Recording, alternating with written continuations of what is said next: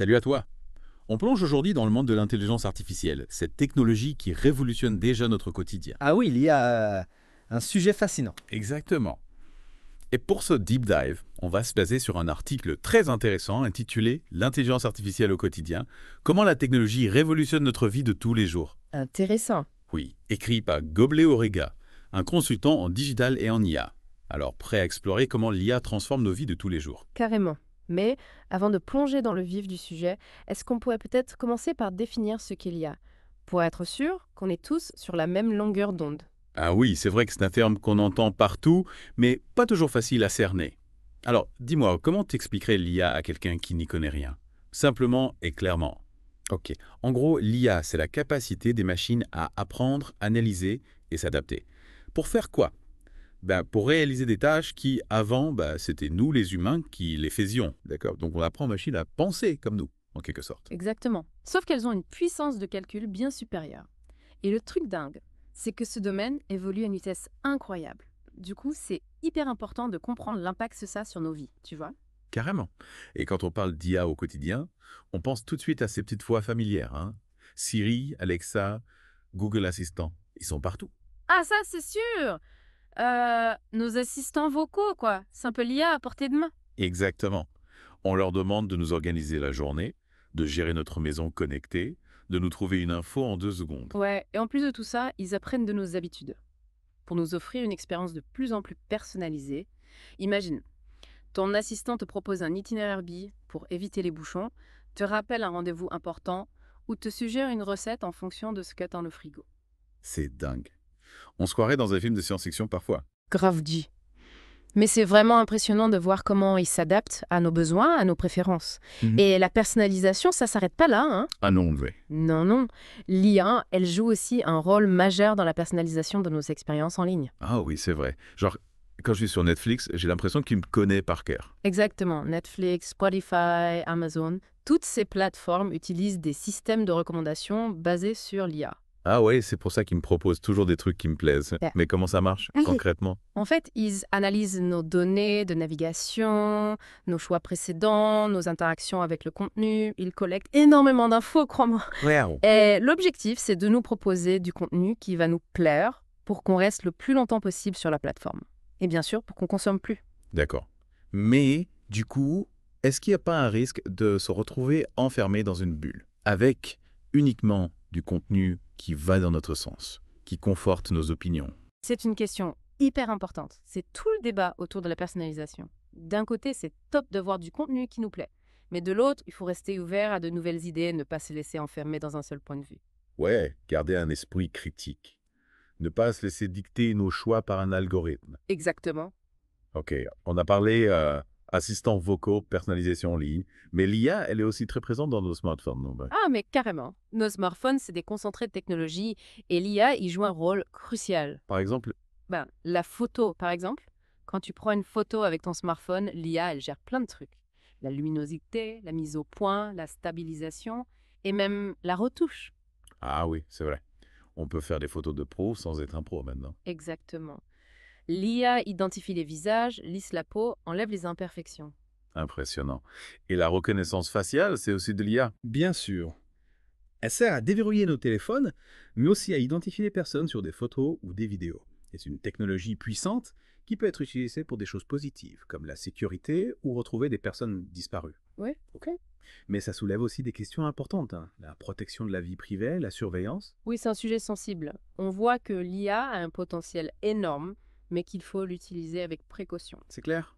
On en parlera plus en détail dans la deuxième partie de notre exploration, d'ailleurs. Exactement. On va se pencher sur les 2 phases de la médaille, les avantages de l'IA, mais aussi les points de vigilance. Top, j'ai hâte de continuer cette discussion. Et toi qui nous écoutes, réfléchis à ton propre rapport à l'IA. Comment tu l'utilises au quotidien? Qu'est-ce qui te fascine? Qu'est-ce qui te questionne? On se retrouve très bientôt pour la suite de notre deep dive.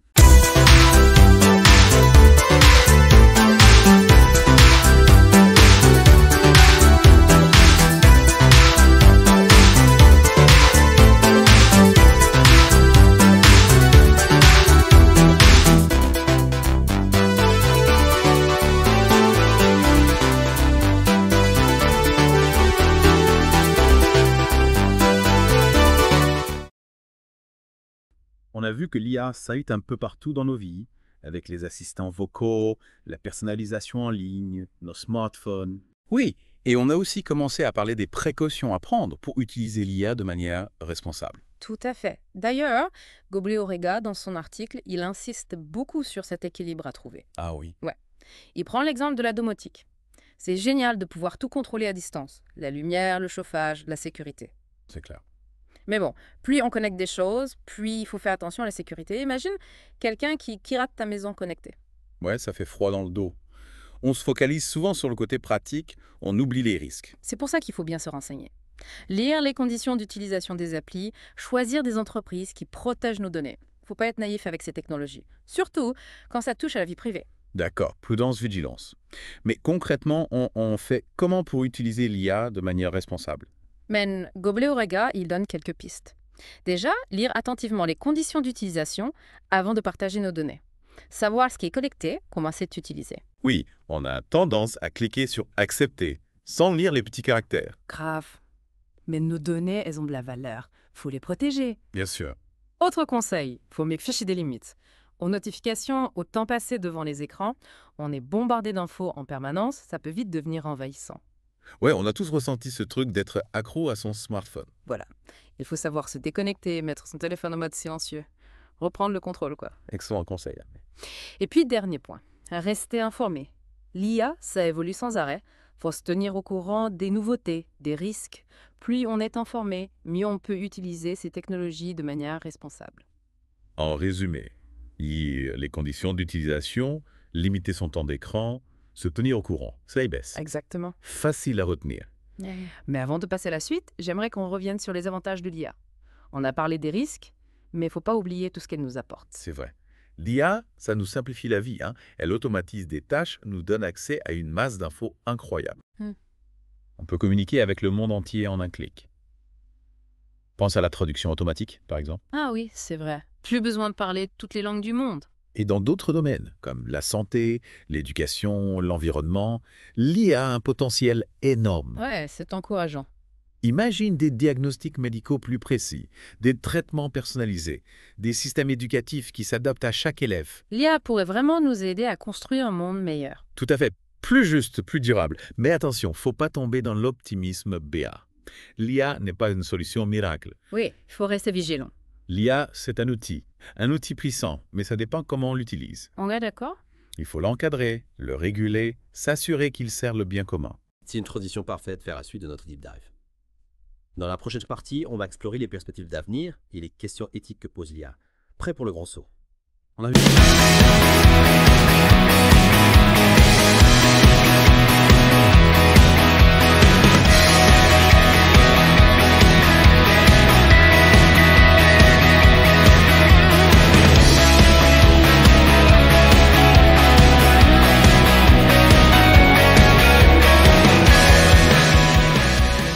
Ça y baisse. Exactement. Facile à retenir. Mais avant de passer à la suite, j'aimerais qu'on revienne sur les avantages de l'IA. On a parlé des risques, mais il ne faut pas oublier tout ce qu'elle nous apporte. C'est vrai. L'IA, ça nous simplifie la vie. Elle automatise des tâches, nous donne accès à une masse d'infos incroyable. On peut communiquer avec le monde entier en un clic. Pense à la traduction automatique, par exemple. Ah oui, c'est vrai. Plus besoin de parler toutes les langues du monde. Et dans d'autres domaines, comme la santé, l'éducation, l'environnement, l'IA a un potentiel énorme. Ouais, c'est encourageant. Imagine des diagnostics médicaux plus précis, des traitements personnalisés, des systèmes éducatifs qui s'adaptent à chaque élève. L'IA pourrait vraiment nous aider à construire un monde meilleur. Tout à fait. Plus juste, plus durable. Mais attention, faut pas tomber dans l'optimisme béat.